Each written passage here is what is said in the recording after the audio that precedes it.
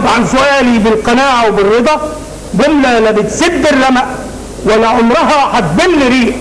قنديل ضلال من تحت سقف الجهل في الربع العتيق.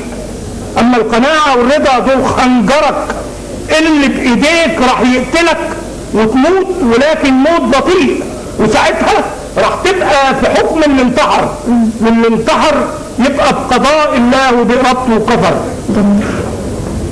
صرخ وقال الواد كفر، اخرج يا كافر بالقضاء وبالقدر، انت شيطان مش ممكن انت تكون بشر. وخرجت من ربع العتيق من غير صديق، وكان منايا يكون لأفكاري بريء في بيت أساسه من البدع. لا انا بظلامه اقتنعت ولا هو ببريء اقتنع. ومشيت لوحدي على الطريق من غير سحاب، من غير ما كلمة تدق جوه الصمت باب. اسرح بفكري في السحاب واسأل في روحي وايدي بتخط التراب، ليه يا ترى؟ فيه ناس بتتقدم يوماتي للامام، وناس بتتقدم ولكن للورا. ارجع واقول ان السبب في اللي جرى فهم القناعة والرضا. عمر الايمان ما كان كده، عمر الايمان ما كان يا عالم تنبلة. وقل اعملوا، ما قالش عيشوا سبهللة وتوكلوا، ما قالش لينا تواكلوا واستنوا حل المسألة. ده مش تدخل في شؤون الناس ولا، لكن تمرد على الكفوف وعلى التخلف عن المواكب والصفوف، ومحاولة مني للوقوف على معنى مع وضع النقط فوق الحروف. الله، جميل قوي قوي قوي قوي. حضرتك انت اتجهت للاشعار الدينيه والوطنيه من كام سنه بقى؟ والله انا كتبت الاسامي، يعني وانت بتقول لي كتبت الاسامي كبيره قوي كمان، فيا ريت تعرفنا تعرف انا الناس. كتبت والله لكارم محمود. ايوه. المطرب العظيم. ايوه. كارم محمود. الحان الموسيقار العظيم عبد المنعم الحريري. ايوه. اغنية يا نفس توبي وابتدي بالله وافتكري يوم فيه النفوس تلاقى. الله. وكتبت برضه لحن لي الاستاذ محمود الشريف اول اغنيتين في حياتي سنة 73. ولحن لي الاستاذ حسين جنيد لفرقة ام كلثوم. كما كتبت برضو في الدين، كتبت قصايد من صغر سني وانا بكتب في الدين، وانا يعني بكتب يعني كرجل او كشاب صوفي يعني. كلام يمكن بيقولوا لي ان احنا فاكرين ان هذا الشخص اللي كتب الكلام ده هو شيخ، لكن الشيخ ده جوايا يعني متربع والحمد لله. استاذ مصطفى، كتبت عن شهر رمضان المبارك، وعايزين بيتين كده من شهر رمضان لان عندك حاجات كتير عايزين نسمعها منك في وقت صغير، فكان قول لنا بيتين كده عن شهر رمضان. يعني في شكل اغنيه طول رمضان. رمضان يا رسول الخير جبنا بقدومك نورت حياتنا، الناس في بيوتنا ضيوف وانت يا كريم بتضيفنا في بيتنا، بتهل علينا ونستبشر بالطلعة الحلوة المحبوبة، ونصوم ونصلي ونستغفر ونجدد للمولى التوبة.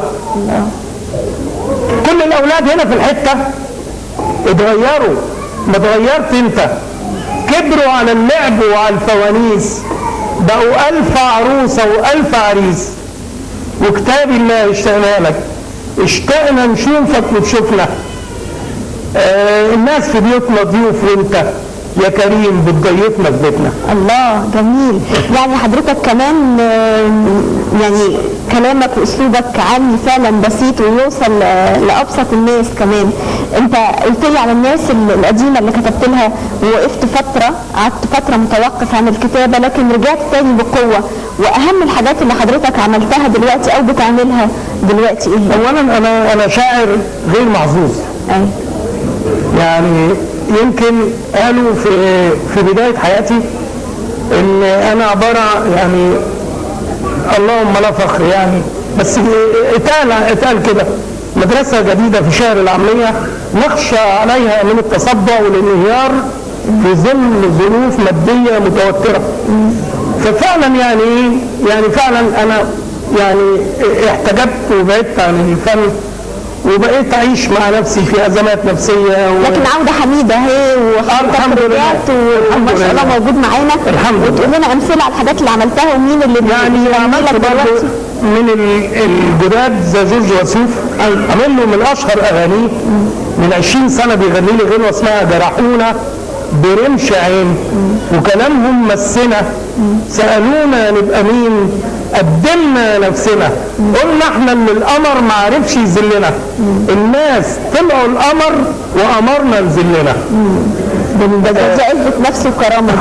تتكلم عن كتبت لمدحت صالح انا ماشي وفايت قلبي هنا واماني وحب كبير وهنا ولا دمعة حزينة ترجعني ولا عايز حد يودعني. يعني اغنيه ما خدتش حظها برضه لان انا زي ما قلت لحضرتك كتبت مثلا اللي كتير زي راغب علامه يا ليالي وخبرينا واخدانا الخطوه فين الايام بتضيع علينا واحنا مش دريانين. كتبت لوليد توفيق قبلك ما فتحتش قلبي لحد ولا عمري عرفت الحب بجد ولا كان في 2 و3 و4 وخميس ولا جمعه وسبت وحد. كتبت فيديو اغنيه كتبتها اسمها بتقول يعني انا كتبتها مش هتصدقي انا كاتبها لمين؟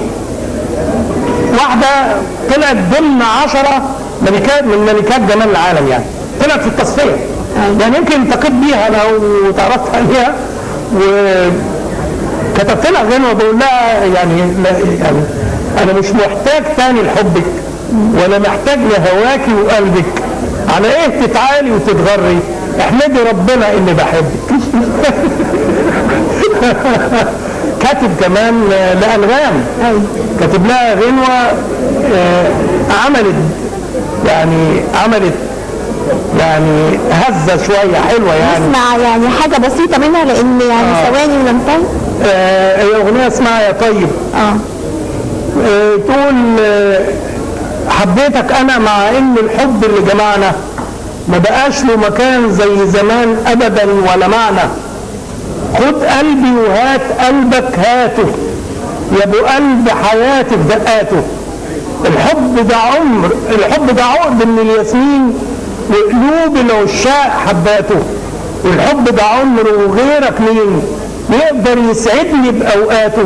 صبح اللي يحب في أيامنا طيب وكمان على نياته. استاذ مصطفى السبيلي يعني ما شاء الله كلام حضرتك كبير وجميل وعايزين يوم تاني حضرتك تجي لنا فيه. شكرا لحضرتك نورتنا بكلامك ولكن عندنا محكومين دلوقتي وفاصل صغير هنروح روما ونرجع نكمل مع حضراتكم ليلتنا وليالي رمضان من القاهره.